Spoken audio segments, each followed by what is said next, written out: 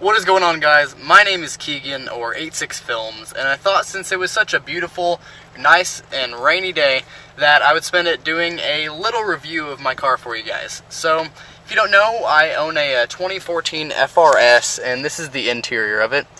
We're getting pretty close to 8,000 miles, and it is an automatic. It drives amazing. I love the car. And I also thought, since I was in my FRS gear today, hopefully you can see my shirt, that, hey, what better day to do my review on this car. So there are a ton of reviews out there if you want to know everything about it. So mainly I'm going to focus on what I've done to it. So that's things like my body kit, headlights, taillights. I haven't really done anything on the interior where we are now, besides this little custom plaque done by YoSpeed on Instagram in memory of my dad. That's all I've really done inside here. The interior is not too spacious, but if you can see the back seats, I'm sorry it's pretty dark in here, they are all the way up against where you would have your legs. So as it is now, you're not getting somebody back there, but you can scoot it forward, and I can usually fit 2 people in the passenger and right behind. So let's get out and go take a look. Alright, you can start to see part of the 5-axis body kit, and of course my Tenzo R Concept 9 wheels.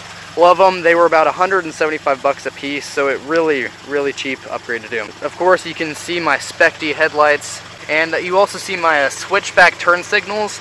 They stay on with the daytime running lights of the headlights, and whenever you turn on your turn signal, they of course go yellow and flashing. And again, you can see more of the body kit up there. On top, you can see the custom Beat Sonic antenna. Now we got the Valenti taillights and the reverse third brake light, whatever you want to call it. And also around this car recently, my newest upgrade, I got some LEDs put in. I got them on the license plate, I got interior, and I also got them in the trunk, but it doesn't really do much for me in the trunk. So trunk space on this car, as you can see, it's very cluttered in here. It usually doesn't look like this, but even with one subwoofer and one little present, this whole thing's about taken up, and then a couple of sandbags for the winter. So, staying on the winter theme with this, I also do have some winter tires on right now, which I know will come in handy, but as of now, they have been the biggest pain in the ass I can ever imagine. Let me go back in and see what other mods we've got going on that I haven't remembered this far. Alright, while we're inside here, I'll take a second to talk about the Valentine 1 radar detector. Again, another amazing piece of equipment, but it does go off for all of the automatic doors that you may see around. It's always popping up with signals. Every time I've seen a cop, it has detected them, even sometimes like a mile away. It really does work amazing whenever it's needed. So also, one thing I totally forgot about was the exhaust, which is probably my favorite part of this car right now. So let's go back and get an exhaust clip.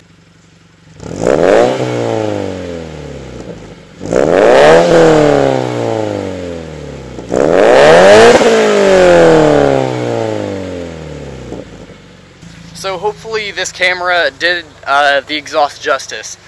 I have put on an NVIDIA front pipe, the per and over pipe, and then it's got the TRD exhaust that I had done through the dealership. So yeah, that is one of my favorite parts about this car. There's another small mod that I totally forgot to mention, and I know it is pretty small, but it's right up here in the front. They're the Helix smoke side markers, and they just match the rest of the look of the car, and definitely a cheap little upgrade that really makes a difference on the car. Also, as you can see, I know you might not be able to see it too well, that I have got the windows tinted. I think I've got 35 in the front and on the passenger side, and then 20 on the corners and on the back. Yeah guys, this hasn't been really too big a review. Like I said, I wanted to focus just a little bit on the things that I love about this car and what I've done to it to really make it so that I love it. And I'll go take it for a little drive for you guys. You guys can hear it as I'm driving it. If I had one complaint about this car, it would be the speed. Definitely could be better, could be improved, and I know it goes against what this car is all about. The naturally aspirated engine, it's all for cornering, it's all for handling, and this car handles beautifully. But I would love some more speed, so I've considered doing some forced induction kits, so we'll see if I decide to do that in the future. I'll definitely keep you tuned on that. So let's go take it for a drive.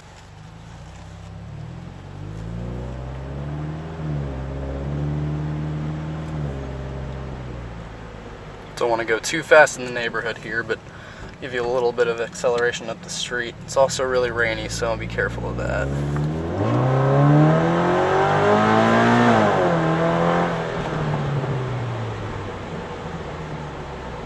hear the exhaust as you're getting on the throttle. That is one of my favorite parts, like I said, about this car. Now, for everyday driving, really have not a single complaint about it.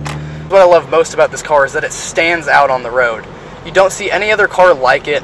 You don't feel like you're just blending in with the crowd. You see heads turning, and that's really one of the best parts about driving this car every day. So I hope you enjoyed this little review of my 2014 Scion FRS. I love what I've done to it, and I really plan to do some more in the future, so stay tuned for all of that. As always, leave a like and comment if you enjoyed, and let me know if you have any other questions about this car or about the things that I've done to it. I may have missed something, but I just wanted a little quick video to make, so hope you guys enjoyed. This has been 86 Films, and I'm out. Peace.